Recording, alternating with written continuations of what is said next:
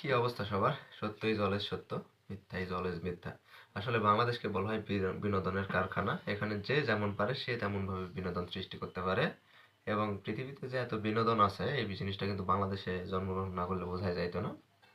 আসলে ব্রিটিশরা যে আমাদেরকে 200 বছর শাসন করে আমাদেরকে ছেড়ে রেখে স্বাধীনতা দিয়ে চলে গেছে, তার পিছনে কিন্তু আসলে বাংলাদেশের কোনো হাত নাই। আসলে তারা 200 বছর শাসন করার পর বলছে যে এইরকম পাগলদেরকে যদি আমরা ধরে রাখি তাহলে আমরা নিজেরাও পাগল হয়ে যাবো, আমরা নিজেদের দেশে গিয়ে বাঁচি। আসলে এইরকম বিনোদন যদি চলতে থাকে কিছুদিন পর পাবনা পাগলাগারদের পাগলদেরকে ছাই দিয়ে আমাদেরকে ধরে পাগলাগারদে তোলা হবে আসলে আমাদের উদ্ভট কাণ্ড কারখানার জন্য।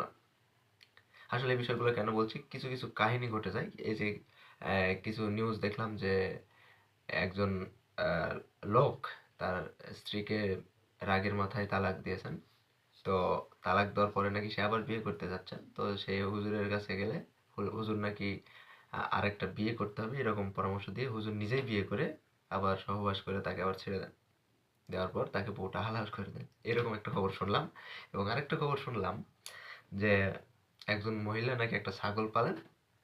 ছাগলটা নাকি সকালে উঠে চা নাস্তা করে এবং সে যদি মদ না খায় তার নাকি আসলে মাথা ঘোরায়।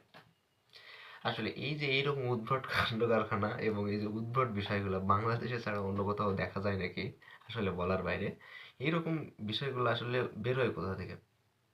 ছাগলটা নাকি সকালবেলা উঠে চা খায় এবং সে মদও নাকি পান করে। মদ্যপান না করলে নাকি তার মাথা ঘুরায়, ছাগলের মাথা ঘুরায়, শরীরের মধ্যে নাকি ঝাঁকুনি দেয়। তো ওই মহিলাটা কেমনে বুঝলো যে ছাগলের মাথা ঘুরায়? এগুলো হাগল নাই, এগুলো হাগল নাই, এগুলো হচ্ছে এক একটা পাগল। এখন এই পাগলগুলারে পাগলাগারদে পূর্ণ না করলে বাংলাদেশের বদনাম যে কতটা হবে এটা বলার বাইরে।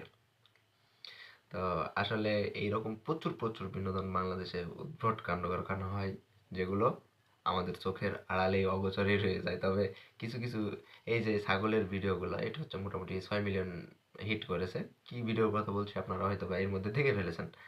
তো এইরকম যে উদ্ভট কাণ্ড কারখানা এবং এই যে বিনোদন, এই বিনোদন কিন্তু বাংলাদেশে ছাড়া অন্য কোথাও পাওয়া যাবে না।